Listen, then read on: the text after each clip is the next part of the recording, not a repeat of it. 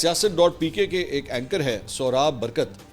میں آج تک کبھی ملا نہیں ہوں ان سے, لیکن میں نے ان کا مجھے ابھی پچھلے 24 گھنٹے میں ان کے بارے میں پتہ لگا.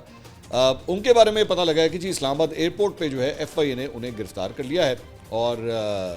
ان کا نام جو ہے بتایا گیا ہے جی پتہ نہیں ای سی ایل یا پی این آئی ایل کے اندر جو ہے وہ پہلے وہ ڈالا گیا ہے, جبکہ ایکچولی عدالت میں جو ہے وہ ایف آئی اے مان چکی ہے کہ جناب ان کا نام آلریڈی نکال دیا گیا تھا. اب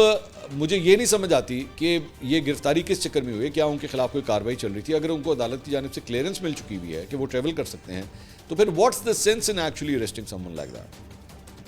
یا تو پھر وہ کوئی سزا یافتہ ہو, یا تو مطلب تب جس طرح عمر ایوب ہو گئے جن کو, یا اس طرح دیگر افراد ہو گئے جن کو سزائیں ہوئی ہیں, they try to escape the country. سمجھ آتی ہے کہ آپ اس وجہ سے ان کو اریسٹ کر لیں,